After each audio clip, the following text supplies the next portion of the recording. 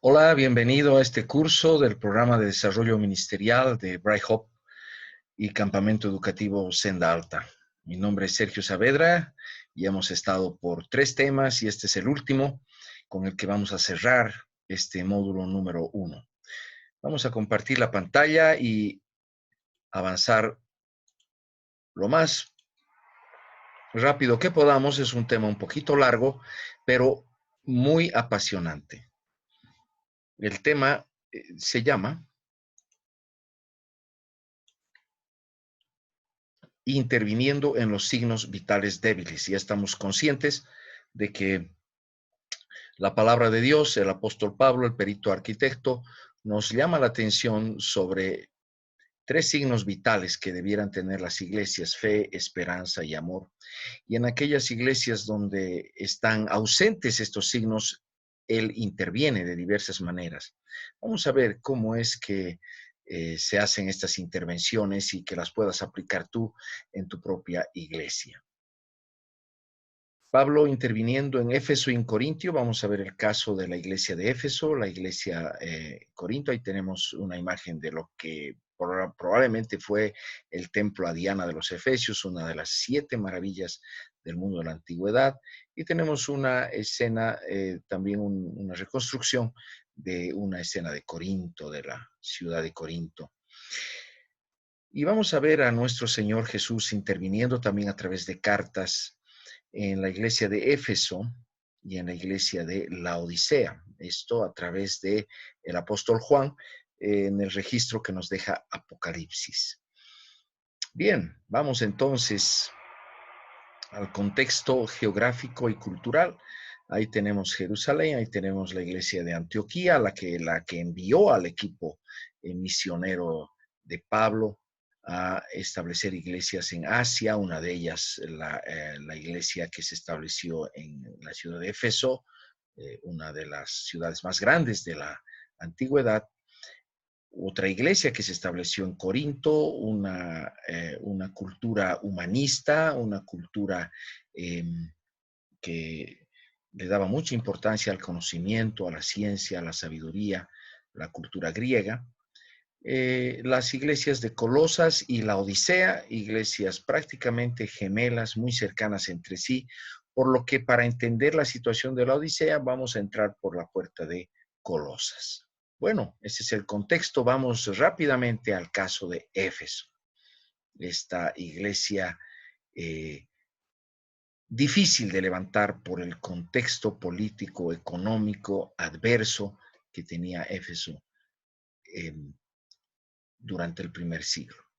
Pablo le escribe en la carta a los Efesios, versículo 15, dice: por esta causa también yo, habiendo oído de vuestra fe en el Señor Jesús y de vuestro amor para con todos los santos, y estamos familiarizados que en las introducciones, en las acciones de gracias que da Pablo, siempre le menciona a la carta cuáles son los signos vitales que él está viendo positivos, pero también por su ausencia sabemos que está haciendo falta, así que aquí no aparece la esperanza. No ceso de dar gracias por vosotros, haciendo memoria de vosotros en mis oraciones, dice Pablo, para que el Dios de nuestro Señor Jesucristo, el Padre de gloria, os dé espíritu de sabiduría y de revelación en el conocimiento de Él. Presten atención, aquí ya no es acción de gracias, sino es una petición: que les dé espíritu de sabiduría, que Él alumbre los ojos de vuestro entendimiento para que sepáis cuál es la esperanza.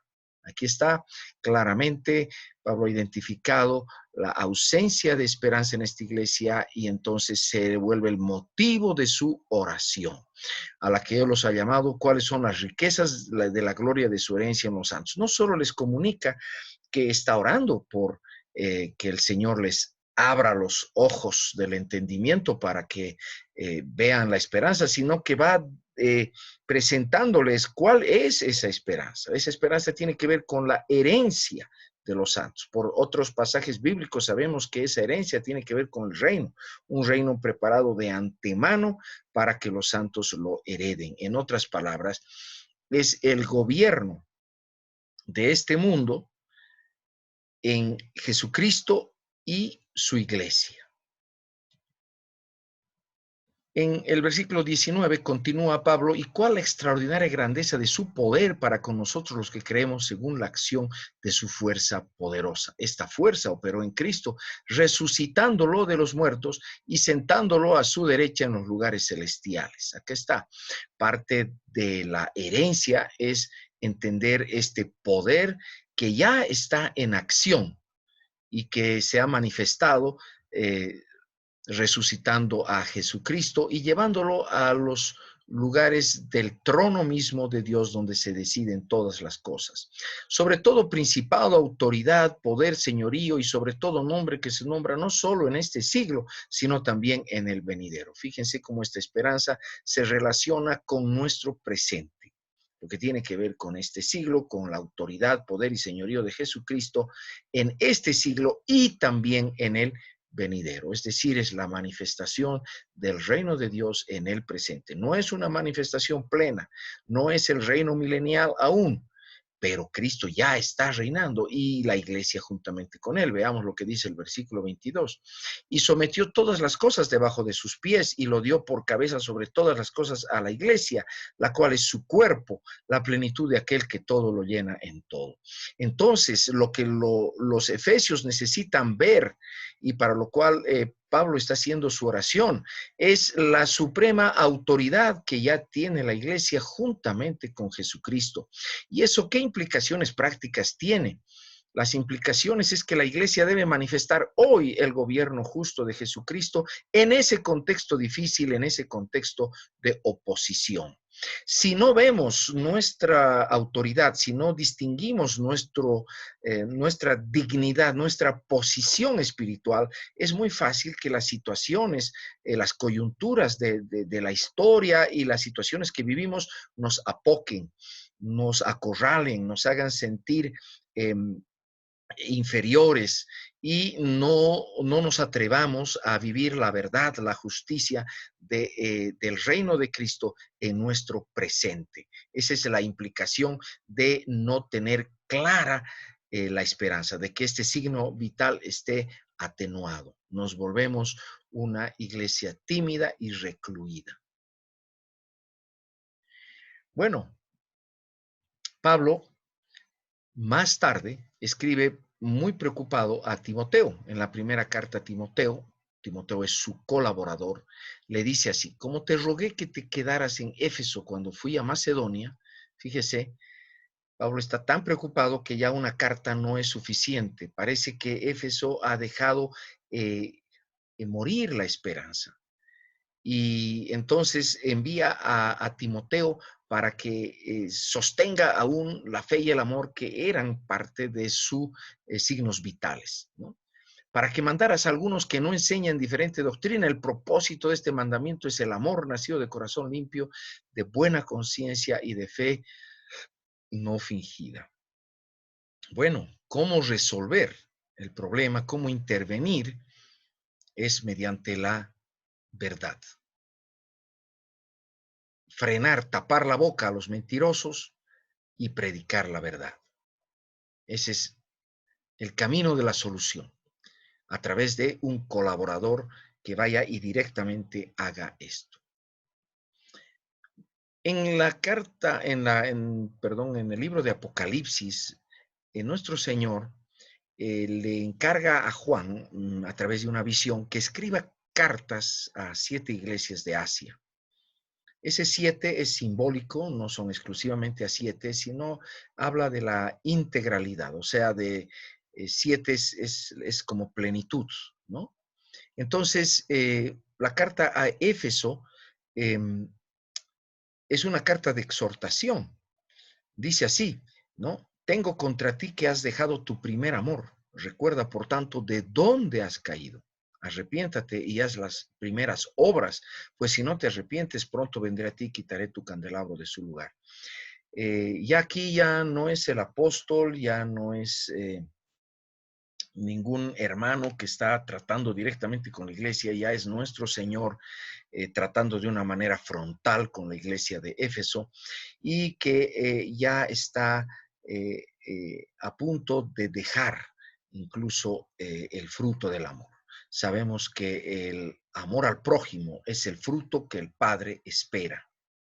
¿Ya? Un amor con obras, un amor con servicio, un amor con humildad, un amor práctico.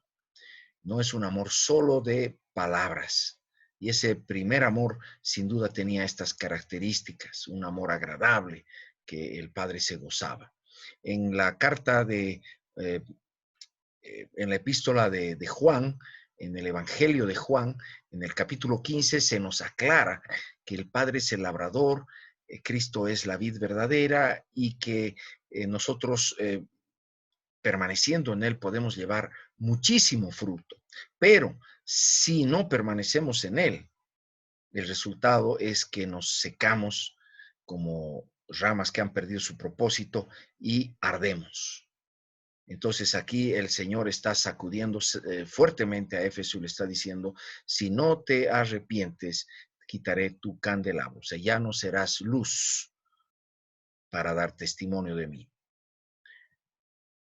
Pero nuestro Señor no nos deja nunca condenados, siempre nos da una esperanza maravillosa. Así que terminando la carta a Éfeso le dice, pero tienes esto que aborreces las obras de los nicolaitas, las cuales yo también aborrezco. En un momento más vamos a entender cuáles son las obras de los nicolaitas, pero llama la atención que el Señor esté escarbando en Éfeso aquello que es rescatable y se lo presenta. ¿No? El que tiene oído, oiga lo que el Espíritu dice a las iglesias. Al que venciere le daré a comer del árbol de la vida, el cual está en medio del paraíso de Dios. Maravilla, maravilla. Aquí el Señor está ofreciendo una restauración completa si simplemente procedemos al arrepentimiento. Podemos volver otra vez a, como se dice, foja cero, ¿no? ¿Qué son las obras de los nicolaitas? Vamos a seguir a Watchman Nee, un autor chino que ha demostrado ser usado por el Señor poderosamente para entender las Escrituras y predicar las Escrituras. Según él, los nicolaitas son los que establecieron las jerarquías dentro de la iglesia. La iglesia nació siendo una comunidad de hermanos, una familia, donde había un padre que no era nadie humano, había un maestro que era Jesucristo y todos los demás siervos unos de los otros. Sin embargo, según Watchman Nee, los nicolaitas habían comenzado ya a establecer que estos son primeros, estos son después, estos son más abajo, etc. Y esto es el germen de la enfermedad del clericalismo, que ya hemos introducido en otro tema y que vamos a profundizar en otro tema posterior. El clericalismo es la iglesia dividida en dos grandes capas o sectores, ¿no? El clero, que son los profesionales de la religión, y el laico, que es el creyente común.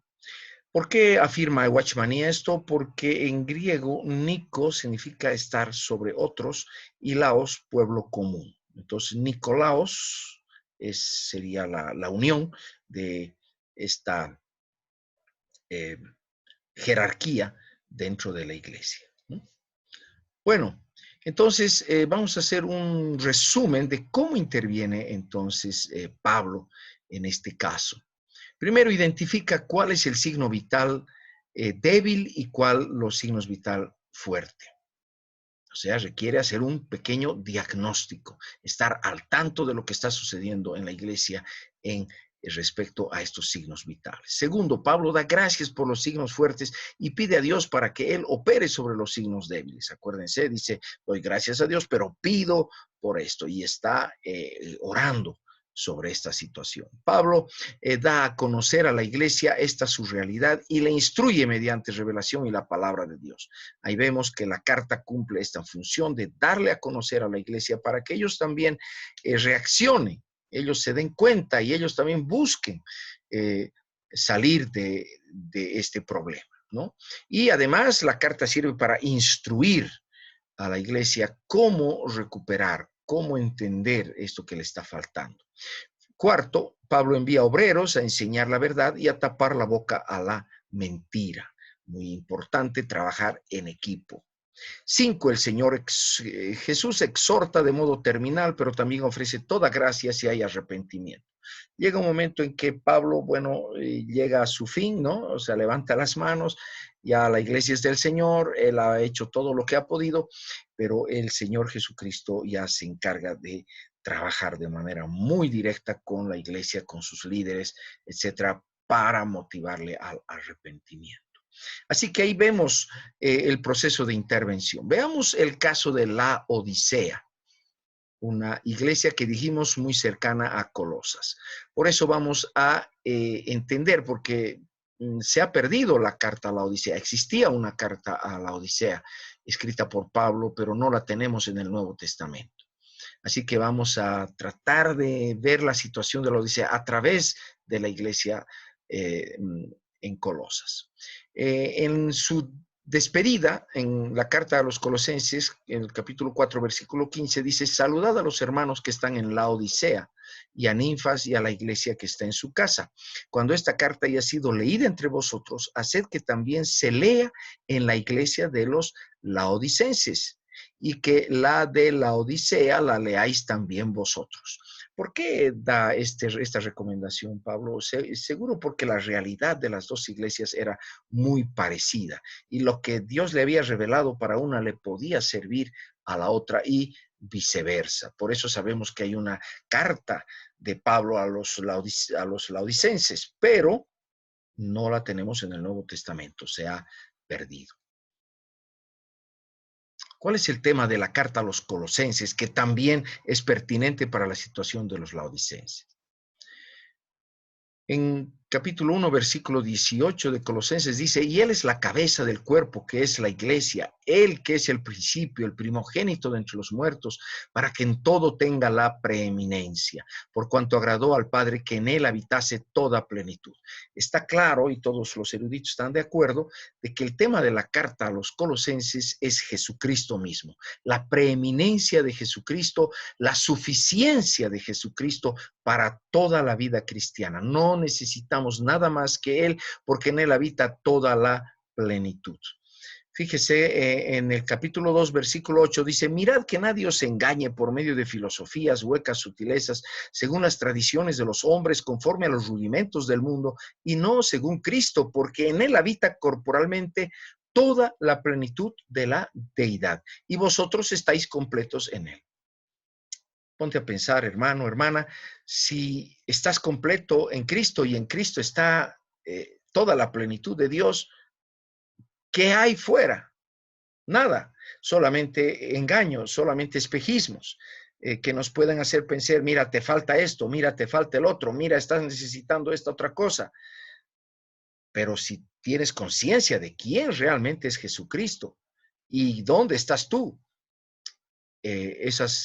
esos engaños van a ser fácilmente descartados, ¿no? Él es la cabeza de todo principado y potestad. Ese es el tema de la carta, y lo podemos confirmar, que había una preocupación en el corazón de Pablo, porque tanto los de Colosas como los de la Odisea estaban siendo atacados aquí precisamente, que es el núcleo mismo de la fe, o sea, en quién es Jesucristo. Porque quiero que sepáis cuán gran lucha sostengo por vosotros, dice Pablo, y por los que están en la Odisea, y por todos los que nunca han visto mi rostro, para que sean consolados sus corazones, unidos en amor, hasta alcanzar todas las riquezas de pleno entendimiento, a fin de conocer el misterio de Dios Padre y de Cristo. Acá está. A fin de conocer el misterio de Dios el Padre y de Cristo. Ahí es donde están siendo atacados. En quien están escondidos todos los tesoros de la sabiduría y del conocimiento. Esto lo digo para que nadie os engañe con palabras persuasivas, porque aunque estoy ausente en cuerpo, no obstante en espíritu estoy con vosotros, gozándome y mirando vuestro buen orden y la firmeza de vuestra fe en Cristo. Esto les dice a los colosenses. Sin embargo, sabemos que está en una gran lucha por ellos y por los laodicenses también, debido a que si en el presente hay fe, pero hay una amenaza. Por lo tanto, de la manera que habéis recibido al Señor Jesucristo, andad en Él, arraigados, sobreedificados en Él, confirmados en la fe, así como habéis sido enseñados, abundando en acciones de gracias. Aquí está, entonces, nos permite ver qué está sucediendo el comienzo de algunos problemas en Colosas y en la Odisea.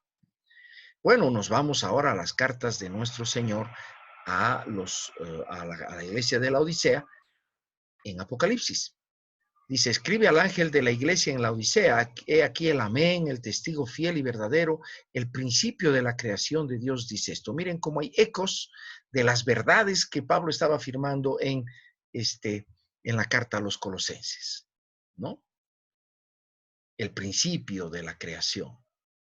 El testigo fiel en quien están todos los tesoros del conocimiento y la sabiduría. Yo conozco tus obras, que ni eres frío ni caliente, ojalá fueses frío o caliente, pero por cuanto eres tibio y no frío ni caliente, te vomitaré de mi boca. Esta sí es una exhortación extrema, porque le está diciendo, no serás parte de mi cuerpo. Cuando uno vomita un alimento, es que ese alimento ya no será más parte de nuestro cuerpo. Así que la situación es extrema. Pero ¿qué ha pasado entonces con la iglesia de la Odisea? Aquí está la clave para entender. He aquí yo estoy a la puerta y llamo. ¿Quién está hablando? Jesucristo. ¿A la puerta de quién? De la iglesia. Es un caso de que la iglesia ha sacado a Jesucristo más allá de la puerta y ha cerrado la puerta. El Señor no va a abandonar a la Odisea. Está llamando. Está llamando. Pero qué situación más increíble que la iglesia haya decidido vivir su propia religión sin el señorío de Cristo. Si alguno oye mi voz y abre la puerta, entraré a él y cenaré con él y él conmigo. Si alguno, no está diciendo si el líder o si alguno en la iglesia, por lo menos uno, puede escuchar mi voz y abrir la puerta, voy a volver a entrar y voy a volver a tomar mi posición. Al que venciere le daré que se siente conmigo en mi trono, así como yo he vencido y me he sentado con mi Padre en su trono. Aleluya, hermanos, cuánta esperanza nos da el Señor, que a pesar de estar exhortando en este límite, Él sigue insistiendo y sigue ofreciéndonos la gracia de una situación totalmente restaurada. Pensemos en nuestras iglesias. Quizás nuestras iglesias también han llegado a un punto de desvío, a un punto en el que hasta el Señor Jesucristo se sentiría extraño o medio ausente. Pero el Señor no se ha alejado. Sigue intentando retomar la comunicación y la relación con nosotros. Así que es cosa de ponerse de pie, abrir la puerta y retomar la comunión. Que el Señor vuelva a ocupar su lugar. Los laodicenses habían perdido de vista a Cristo, o sea, el problema, el ataque había sido en el centro mismo de su fe. Llegó a ser una iglesia enferma de autosuficiencia. Pensó que ellos podían proveerse para sí mismos todo aquello que Cristo ha venido a ofrecernos. Paz, alegría, perdón, una visión de esperanza, de eternidad. Los laodicenses parece que habían fabricado sucedáneos, imitaciones de todo ello y estaban rodeados de eso. Una iglesia enferma de tibieza porque estaban viviendo según los patrones de este mundo. O sea, todo eso lo habían creado en base a métodos humanos, probablemente, en base a situaciones de la propia cultura. Y entonces era una iglesia que sin Cristo había aprendido a tener relativa paz y tranquilidad. Pero el Señor Jesucristo le exhorta y le anima a vencer esa situación arrepintiéndose. Y le invita a sentarse a gobernar con él si le deja entrar. Y que la iglesia obtenga todo su valor únicamente de Jesucristo, en quien habita toda la plenitud de la deidad. Vamos a terminar este tema viendo el caso de la iglesia de Corinto. Ya dijimos, Corinto, un lugar muy cercano a Atenas, cuna de toda la filosofía griega, de todo el humanismo griego de ese culto a la razón, ese culto a la sabiduría, a la belleza, a la armonía, etc. En la carta a los Corintios, en la introducción, gracias doy a mi Dios siempre por vosotros, dice el apóstol Pablo, por la gracia de Dios que os fue dada en Cristo Jesús. Siempre el apóstol va agradeciendo por las cosas que ve en la iglesia. Porque en todas las cosas fuisteis enriquecidos en él. Una iglesia rica, en toda palabra y en toda ciencia. ¡Wow! Ahí está. Están buscando el conocimiento, la sabiduría y los están obteniendo. Así como el testimonio acerca de Cristo ha sido confirmado en vosotros, de tal manera que nada os falta en ningún don. Maravilla, es una iglesia también con muchos dones espirituales. Quizás ahí está el don de lenguas, quizás el don de sanidades, quizás el don de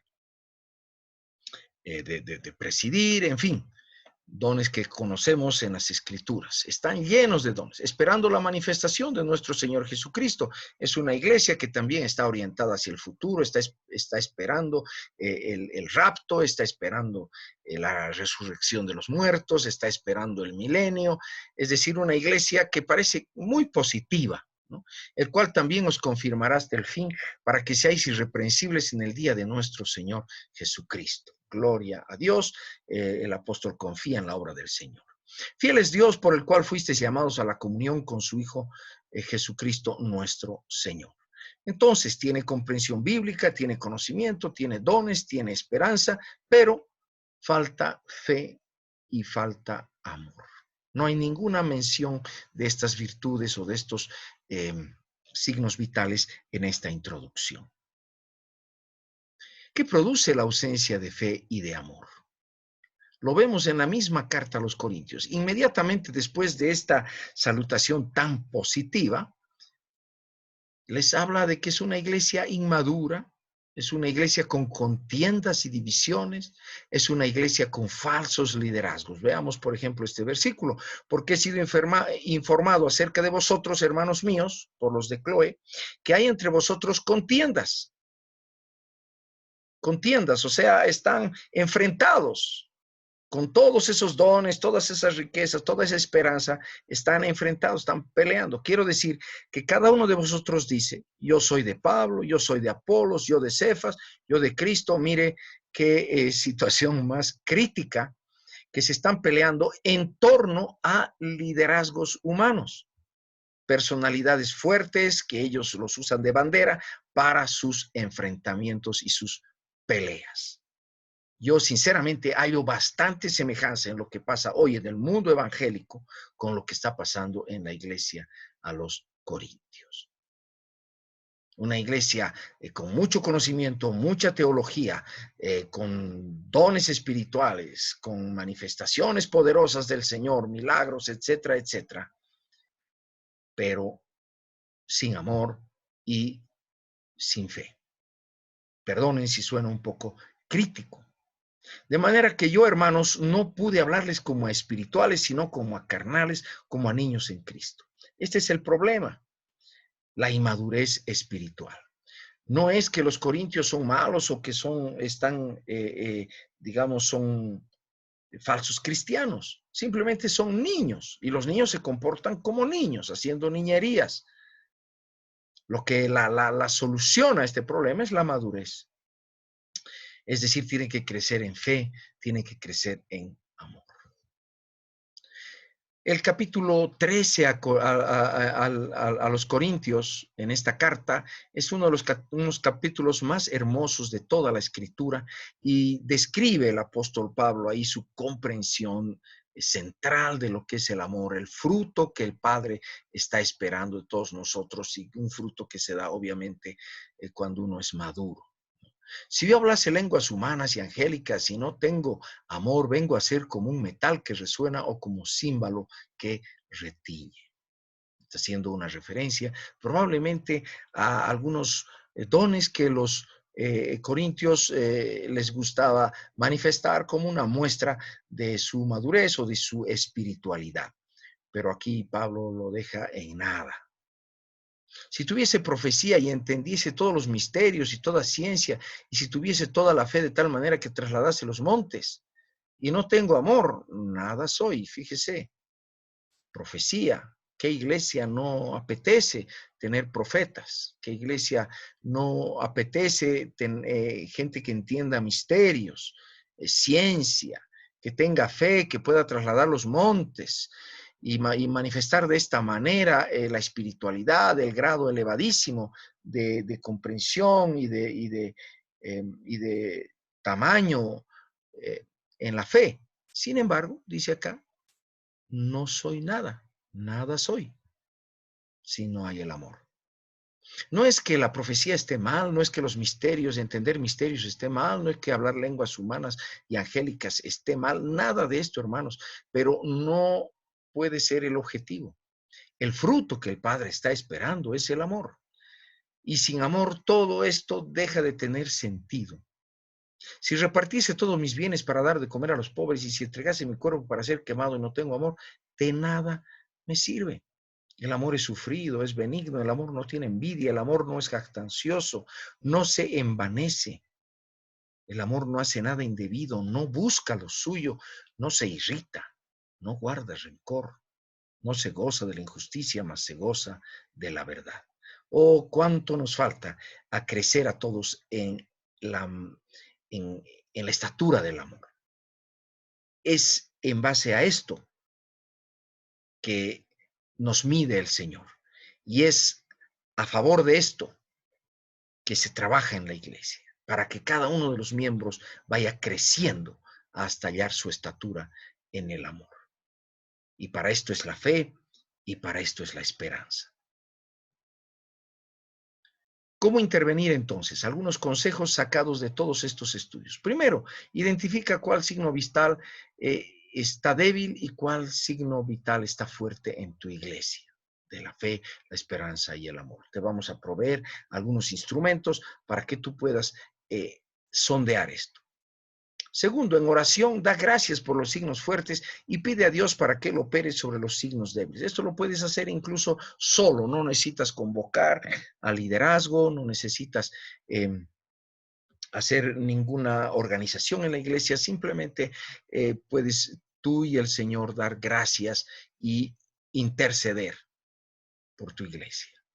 Dale a conocer a la iglesia esta su realidad e instrúyela mediante revelación y la palabra de Dios. Aquí ya, cuando el Señor te presente la oportunidad, hablando con los líderes, en paz con los líderes, dile, quiero dar a conocer lo que he encontrado a partir de mi observación de la iglesia, mi tiempo de oración, de considerar la palabra. Trabaja en equipo para enseñar la verdad y tapar la boca a la mentira. Si ves que hay cosas que no están bien, entonces no te lances solo. Siempre forma un pequeño equipo, un equipo que esté en paz con el liderazgo. No estamos buscando que te enfrentes con nadie, simplemente que seas celoso por la verdad. No intransigente, no juzgador, pero sí enseñar la verdad. Y cuando escuchas cosas que no están bien, con toda educación puedes levantar la mano y decir, hermanos, esto no está con la escritura, o muéstrame cómo es que esto va con la escritura. 5, presta atención a la exhortación del Señor a los líderes. Si el problema en tu iglesia está yendo ya, está pasando de la raya, tú estás orando, estás intentando enseñar y no existe una reacción de parte de las personas que toman las decisiones, ten por seguro que el Señor lo va a hacer. No tienes tú que desesperarte. Simplemente presta atención a esa exhortación que el Señor va a hacer y ayúdales a ver la gracia si hay arrepentimiento. El Señor nunca nos deja encerrados en condenación, siempre nos ofrece gracia si hay arrepentimiento.